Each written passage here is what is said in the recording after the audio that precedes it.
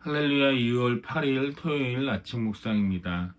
오늘 하루도 우리의 피난처 되시고 요새 되시는 하나님께 모든 것을 맡겨드리고 우리의 삶에 평안과 쉼을 얻고 살아갈 수 있는 저와 여러분 되시기를 소망합니다. 오늘은 시편 71편 1절에서 13절까지 말씀을 함께 읽겠습니다. 주님, 내가 주님께로 피합니다. 보호하여 주시고 수치를 당하는 일이 없게 해주십시오. 주님은 의로우시니 나를 도우시고 건져 주십시오. 나에게로 귀를 기울이시고 나를 구원해 주십시오. 주님은 나의 반석, 나의 요새이시니 주님은 내가 어느 때나 찾아가서 숨을 반석이 되어 주시고 나를 구원하고 구원하는 견고한 요새가 되어 주십시오. 나의 하나님, 나를 악한 사람에게서 건져주시고 나를 잔인한 폭력배의 손에서 건져주십시오. 주님 밖에는 나에게 희망이 없습니다. 주님, 어려서부터 나는 주님만을 믿어왔습니다. 나는 태어날 때부터 주님을 의지하였습니다. 어머니 뱃속에서 나올 때 나를 받아주신 분도 바로 주님이셨기에 내가 늘 주님을 찬양합니다. 나는 많은 사람에게 비난의 표적이 되었으나 주님만은 나의 든든한 피난처가 되어 주셨습니다. 온종일 나는 주님을 찬양하고 주님의 영광을 선포합니다. 내가 늙더라도 나를 내치지 마시고 내가 쇠약하더라도 나를 버리지 마십시오. 내 원수들이 나를 헐뜯고 내 생명을 노리는 자들이 나를 해치려고 음모를 꾸밉니다. 그들이 나를 두고 말하기를 하나님도 그를 버렸다. 그를 건져줄 사람이 없으니 쫓아가서 사로잡자 합니다. 하나님, 나에게서 멀리 떠나지 마십시오.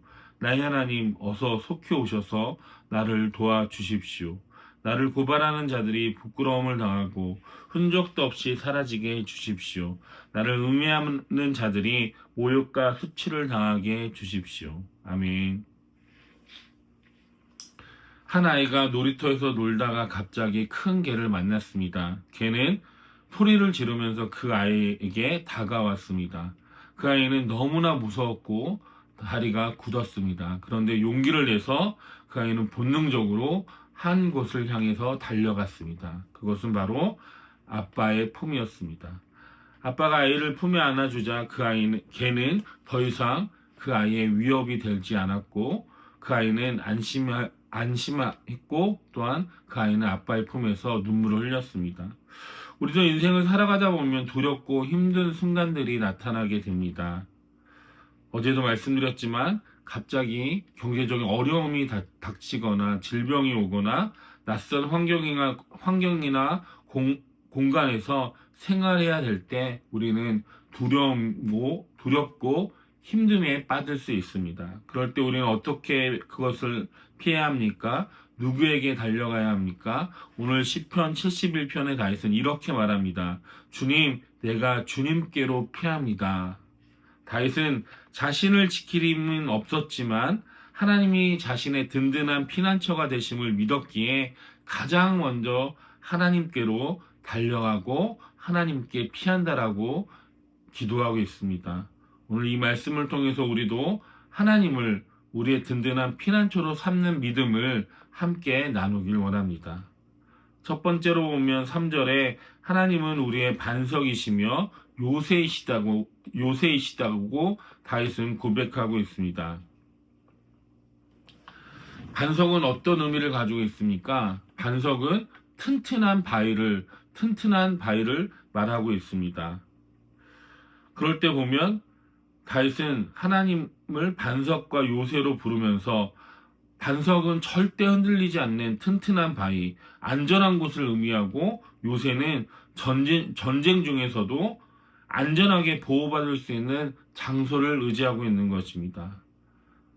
다윗은 하나님이 반석이 되시고 자신의 요새가 되신다고 자신은 하나님 안에 있을 때 튼튼할 수 있고 또한 안전할 수 있다라고 다윗은 고백하고 있는 것입니다. 저와 여러분도 우리의 인생도 마찬가지입니다. 세상은 늘 흔들리고 사람들은 늘 변합니다. 환경은 우리를 늘 불안하게 합니다. 그러나 하나님은 결코 변하지 않으시고 우리를 반석으로 요새로 인도하시는 분이라는 걸 잊지 말고 하나님의 반석 안에, 하나님의 요새 안에 살아갈 수 있는 저와 여러분 되시길 주님의 이름으로 축원합니다. 두 번째로 보면 5절에서 9절 말씀을 살펴보면 사람들은 우리를 버려도 하나님은 변함없이 우리를 버리지 않으신다라고 다윗은 고백하고 있습니다. 세상은 변합니다. 사람도 변합니다. 우리가 젊고 능력이 있을 때는 사람들이 우리를 찾지만 나이가 들고 힘이 약해지면 사람들은 점점 우리의 곁을 떠나가게 됩니다. 그런데 다윗은 하나님은 다르다라고 고백하고 있는 것을 볼 수 있습니다. 하나님, 저는 태어날 때부터 주님을 의지했습니다. 주님은 지금도 저를 버리지 않으십니다. 여러분, 세상이 우리를 잊어도 사람들이 우리를 버려도 하나님은 우리를 끝까지 지켜주시는 분인 줄로 믿습니다. 우리 인생 마지막 순간에도 하나님은 우리를 지키시고 인도하시는 분이라는 걸 믿고 의지할 수 있는 저 여러분 되시길 바랍니다. 마지막 세 번째로 보면 10절에서 13절 말씀을 살펴보면 다윗은 다윗은 원수들의 조롱 속에서도 하나님은 반드시 응답하신다라는 것을 깨달은 것을 볼 수 있습니다. 우리가 신앙생활을 하다 보면 사람들의 조롱거리와 비난거리가 될 때가 있는 것을 볼 수 있습니다. 내가 그렇게 기도했는데 너의 상황은 왜 이렇게 안 좋니? 너의 하나님은 너를 버린 거 아니니? 그렇게 믿음이 좋다면서 너는 왜 하는 일마다 실패하니? 라고 이러한 원망도 듣고 조롱도 또한 비난도 받을 때가 있다는 것입니다. 그런데 그렇게 사람들에게 비난을 받고 사람들에게 조롱을 당할 때 다윗은 뭐라고 기도하고 있습니까? 하나님, 나를 도와주십시오. 나를 음해하는 자들이 수치를 당하게 해주십시오라고 기도하고 있습니다. 하나님은 결코 우리의 기도를 외면하지 않으십니다. 때가 되면 하나님의 공의로 하나님의 때에 하나님이 반드시 우리의 기도를 응답해 주신다라는 것을 믿고 우리는 하나님을 따라야 합니다. 억울한 일을 당할 때 직접 싸우려고 하지 말고 하나님께 맡기시기 바랍니다. 그리고 하나님께 마음을 지켜달라고 기도하시길 바랍니다. 하나님의 때에 하나님의 방법으로 반드시 하나님은 응답하실 것입니다. 우리의 인생은 결코 쉬운 인생이 아닙니다. 때로는 폭풍이 몰아칠 때도 있고 때로는 길을 잃은 것처럼 막막할 때도 있는 것입니다. 그러나 우리는 알고 있습니다. 하나님이 우리의 든든한 피난처가 되신다라는 것을. 오늘 시편 71편을 통해서 우리가 기억해야 될 것은 무엇입니까? 하나님은 흔들리지 않는 나의 반석이시며 요새이시라는 것을 기억해야 되고, 세상이 우리를 버려도 하나님은 끝까지 우리를 버리지 않으시고 붙드신다라는 것을 기억해야 합니다. 또한 사람들의 조롱과 비난이 있어도 하나님은 우리의 기도를 반드시 응답해 주신다라는 것을 기억해야 됩니다. 이제는 더 이상 우리의 삶의 환경과 상황으로 인해 흔들리지 마시기 바랍니다. 날마다 하나님을 우리의 피난처로 삼고 끝까지 하나님을 신뢰하며 살아갈 수 있는 저 여러분 되시길 주님의 이름으로 축원합니다. 기도하겠습니다. 하나님, 우리의 인생에 폭풍우처럼 힘들고 어려운 일이 몰아칠 때가 있습니다.